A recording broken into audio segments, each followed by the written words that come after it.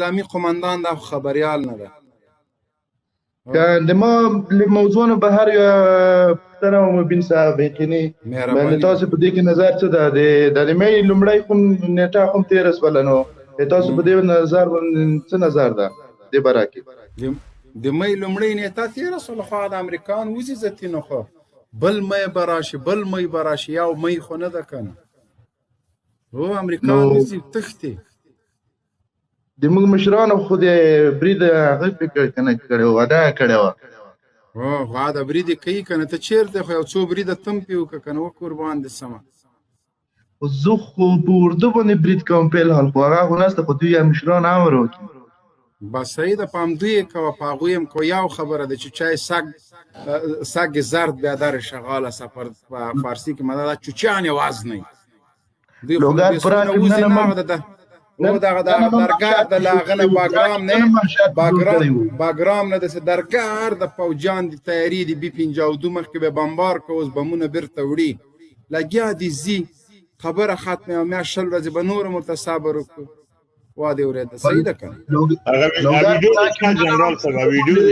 نشته نه ما په اردو باندې منډه وکړلې په لوګار پرا ویډیو بالکل هغه ویډیو ورته خبره کا ویډیو مهرباني وکړه د ویډیوز درته کوم پورا کناین په کولنګار کې راونیسته هغه ټرامپ ته میډال ورکړو هغه هم پرې نه دی ځانو مې سه ما د پښتنه بل ملګری ته واخله ورکا قدرمان شه قدرمان ان شاء الله مې زه واخله سار وخت چې زړه وځي پلی کما او پلی دا ویډیو ګورې ملګری بس کم کې هلمند کې د شورابک سره فوجي اډه دغه فوجي اډه چې په 13 کلونو کې د افغانستان په جنوب کې د بهرنیو سرتیرو تر ټولو ستر فوجي مرکز و د ښکاری چې بیرته په تش میدان بدلیږي ګورې هغه جالونم تنه وړي شاین سره We did have a plan to extend this high voltage system to run all of Bastion, but we decided not to in the end. Perhaps we'll do that next time we come back. یا دفعه بعدی باز آمدیم و کارا شد پیش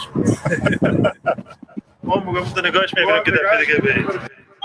نگاهش میکنه که دفعه دیگه افغانستان څخه د بهرنیو سرتیرو د وتلو په اړه په یو مستند فلم کې لیدل کېږي چې امریکایي او بریتانیایي سرتیري هلمند ولایت کې هغه فوجي تاسیسات او د هغې تجهیزات چې باید افغان ځواکونو ته وسپارل شوي جوړوي او د کباړ په بیې په تور بازار کې پلوري موږ نشو کولی چې دا توکي دلته پرېږدو او یا دلته چاته ورکړو له همدې امله دغه وسایط ویجاړېږي تر هغې چې موږ ډاډمن شو چې بیا ترې استفاده نشي کېدای نو دا ولې زه نه پوهېږم دا موږ ته له پورته نامه شوی وسایط باید همداسې ویجاړ شي په دې تجهیزاتو کې داسې وسایط هم شته چې دا مهال ورته افغان سرتیري د اوقافو وزیر د مخکې څه له امریکانو سره ترجماني کوله همدغه یو ده دا تک تور دا په موبلاینو چې غوړ کړی ده پلیکه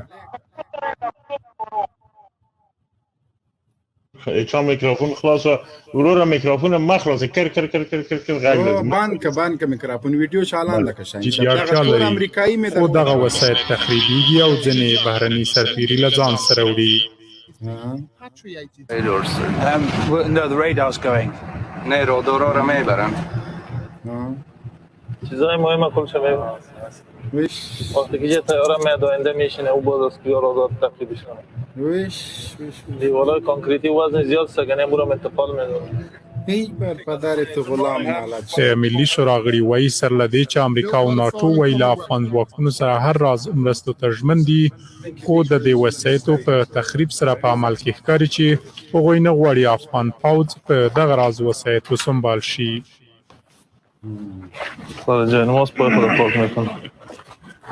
دغه امنیتي تړون کې دغه ماده شته ده چې هر کله که امریکا د افغانستان نه وځي ټول امکانات وسایط نظامي دا به د افغانستان ملي حدود ته سپاري امنیتي ځواکونو ته متاسفانه افغانستان کې امریکا په هیڅ معاهده باندې پابند پاتې نشوله.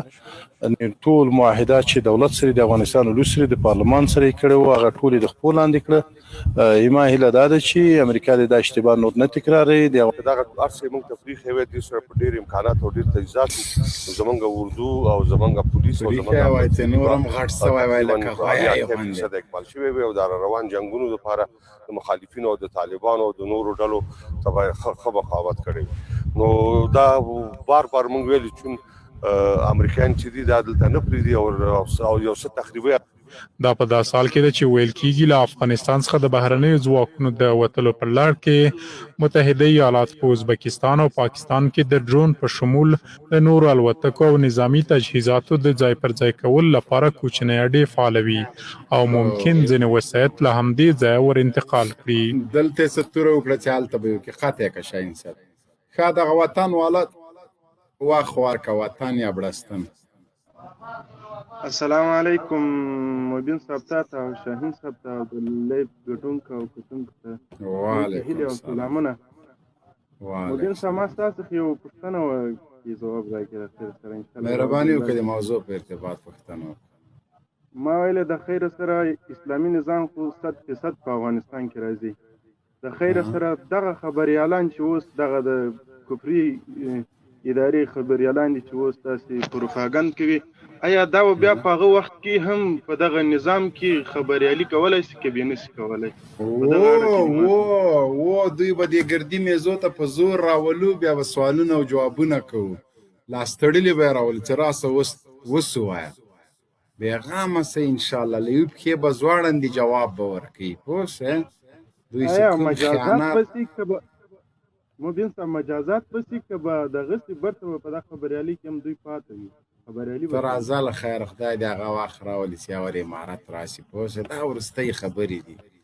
یا ورته غوي راسي مونږ وای مخکې لاغې چې غوي راځي شاهین صاحب د سیاو شروع دی پیو کې دوی دي ورستۍ هغه کې غم کې دي کنه ده موږ دا وایي چې تاسو څو څه په مظلومیت سره مهرباني وکړئ.